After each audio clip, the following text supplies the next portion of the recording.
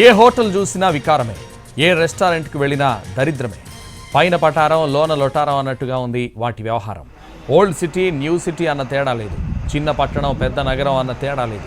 తాజాగా హైదరాబాద్ పాత బస్తీలోని పలు హోటళ్ల నిర్వాహకం బయటపడింది. అరేబియన్ రెస్టారెంట్లో తనిఖీలు చేయగా ఫ్రిడ్జ్లో కుళ్ళిపోయిన మాంసం గుర్తించారు. ఫ్రిడ్జ్లో వండిన వంటకాలు బూజు పట్టి ఉన్నాయి. షాదాబ్ హోటల్ కూడా అంతే గలీజ్గా ఉంది. పాడైపోయిన అల్లం వెల్లుల్లి పేస్ట్ని గుర్తించారు. కాటేదాన్లోని 3 ఆయిల్ కంపెనీల్లో సోదాలు జరిపారు.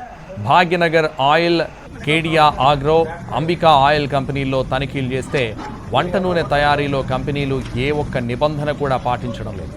నిల్వ ఉంచిన ముడి సరుకుల నిండా పురుగులు లుకలుక అంటున్నాయి.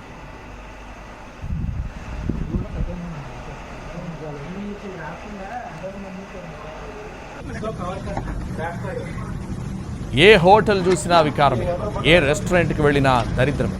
పైన పటారం లోన లొటారం అన్నట్టుగా ఉంది వాటి వ్యవహారం. ఓల్డ్ సిటీ న్యూ సిటీ అన్న తేడా లేదు, చిన్న పట్టణం పెద్ద నగరం అన్న తేడా లేదు. తాజాగా హైదరాబాద్ పాత బస్తీలోని పలు హోటళ్ల నిర్వాహకం బయటపడింది. అరేబియన్ రెస్టారెంట్లో తనిఖీలు చేయగా ఫ్రిడ్జ్లో కుళ్ళిపోయిన మాంసం గుర్తించారు.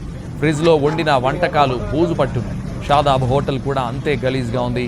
పాడైపోయిన అల్లం వెల్లుల్లి పేస్ట్ని గుర్తించారు అధికారులు. కాటేదాన్లోని 3 ఆయిల్ కంపెనీల్లో సోదాలు జరిపారు. Bhagyanagar oil, Kedia agro, Ambika oil కంపెనీల్లో తనిఖీలు చేస్తే వంట నూనె తయారీలో కంపెనీలు ఏ ఒక్క నిబంధన కూడా పాటించడం లేదు. నిల్వ ఉంచిన ముడి సరుకుల నిండా పురుగులు లుకలుక అంటున్నాయి.